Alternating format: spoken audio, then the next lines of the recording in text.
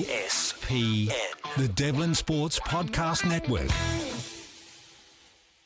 Delightful to have this man with us, the foremost motorsport writer in this country, has been for decades. He's a great mate, friend of the show, and what a day to welcome Eric Thompson onto the DSPN as Liam Lawson officially gets named alongside Max Verstappen to drive for Red Bull next year. Eric, welcome, mate. Yeah, cheers, Marty. Always good, mate. Good to see you. Good to chat. Good to catch up. Great news. Look, it's not entirely unexpected. I think most of us did think that this was going to happen, but wow, what a Christmas present for that young man and his family. Well, it certainly is after, God knows, well, he's said since he was about 7 or 8. I mean, I think you're right, Marty. He was always going to get a seat. I think it just depended on whether it was going to stay at VCARB, you know, they call it the junior team, but or whether it was going to be, you know, with Max Verstappen. So, and they've decided that he's going to be alongside Max Verstappen, which will be an interesting challenge, shall we say. Look, you've been watching him, as we all have, since he got the ride in the last few GPs and that. What did you see the way that he's racing that gives you an indication for what potentially he could achieve next year? He's not scared of anybody. I mean, to actually go nose to nose with Fernando Alonso and also with Perez and everybody else, he just doesn't, he's there to race. He said, I'm there Fearless, to win. And that really appeals to like Helmut Marko and Christian Horner, although they probably wouldn't publicly say that, stick it to your teammate. They quite like that idea. He's, and he doesn't crash the car. There was no big bill. I mean, that was Franco Colapino, the young Argentinian driver who is wickedly fast. But, he had 4 races in a row where he wrote the Paul Williams car off. So, safe pair of hands. He's been part of the Red Bull family for years and years, Marty. Yeah, that's so a good they've point. had a really good opportunity to look at him. He's done a heap of work behind the scenes on the simulator and helped develop the car. And he seems to get on well with Max. And, I know a lot of people think it would be funny, but, Max's dad, Jos Verstappen, is a bit of a cranky character, shall we say, and he's caused a bit of upset with being quite vocal. He likes Liam Lawson, so, it's like I reckon the season will start happy families, which is always good. Yeah, no, and we all wish him well. We all want to see him overachieve in this, and he wants to be an F1 world champion. I'm not sure, and I don't want to be the downpress here, that he's going to achieve that alongside Max Verstappen. Maybe if Verstappen leaves, he gets to be the number 1 guy. But being the number 2 guy behind a guy who's just won 4 world championships in a row, who does get to dictate, he gets the fastest car, he gets all the best treatment. Is that a fair way of looking at this at the moment, that Liam's going to still have to be a little patient here? Absolutely, Marty. I think that's actually, quite an astute observation, actually. But Red Bull, Lawson's only 22. So they're looking to him for the future. Max's contract runs out in 2028, I think, from memory. But he's said if he gets like more restrictions about having to do community service because he swore, and all this other borderline woke PC stuff that's coming into Formula One, Max Verstappen will leave. What's he got to prove? He's a 4-time world champion. Yeah, but that's right. Eventually, and look, every chance that he wins another one at least before 2028, right? And also that Red Bull car in its current guise has been bespoke built for him. And he likes his cars set up quite a bit different to just about everybody else. So Lawson's going to have to adapt to that.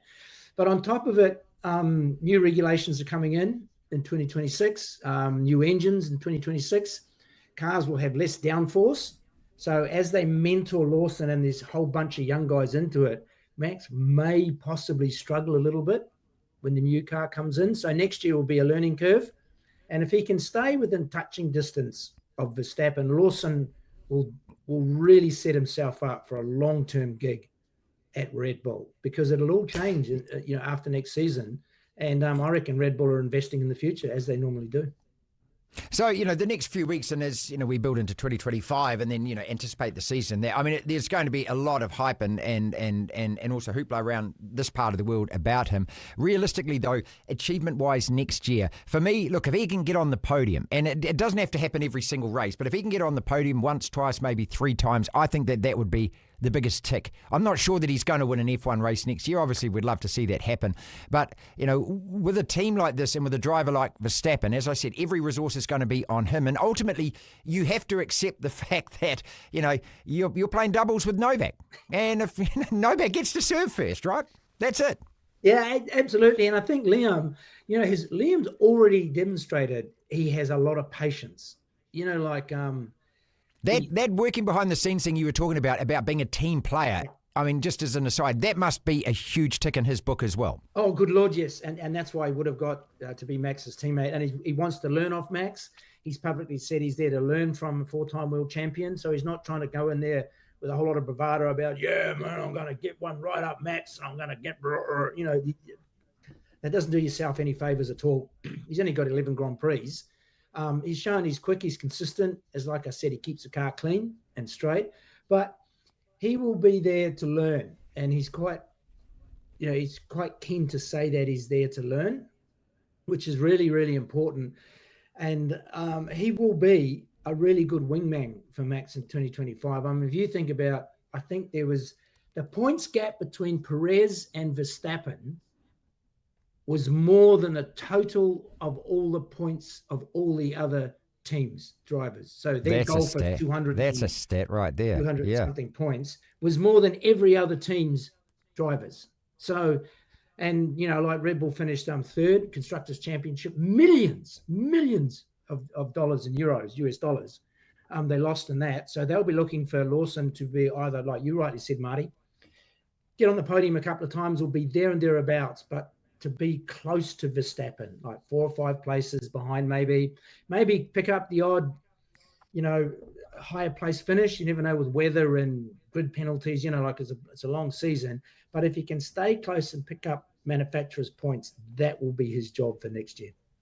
Let's leave it on this. And as I said, you've been around riding motorsport for decades, mate. And I don't know when we've been in a better position in this country with motorsport since the 1960s, perhaps, when obviously, our guys were winning F1 races and things. But you're talking about a driver now in F1. You've got the two Scots in the Giz, NASCAR and also Indy cars. You've got Matty Payne and other drivers coming through supercars. And these are the biggest motorsport events that most of us follow, let alone your Courtney Duncans and everyone else doing everything else.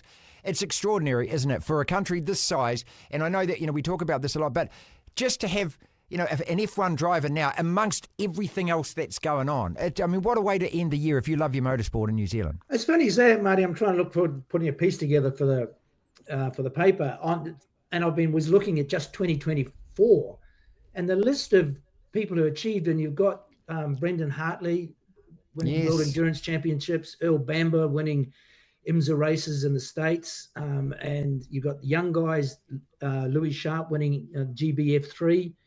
It's just absolutely incredible. Oh, and Hayden Patton, the only guy to defend a European Rallying Championship. He's still winning races. Yeah. And it's just, it is absolutely incredible. We just really need to get somebody back into two wheels, my personal passion. There you go. There you go. If we get somebody into MotoGP, we will own motorsport, Marty. We will own it. Yeah, that is lighting the candle on top of the icing on the cake. My friend, it is always a pleasure to have you on the program. Love you to bits, mate. Thank you so much. Have a super safe new year and everything. We'll see you next. Same to you and Lachlan, man. It's an absolute pleasure, and it's been a hell of a ride, Marty, and I look forward to catching up next year. DSPN.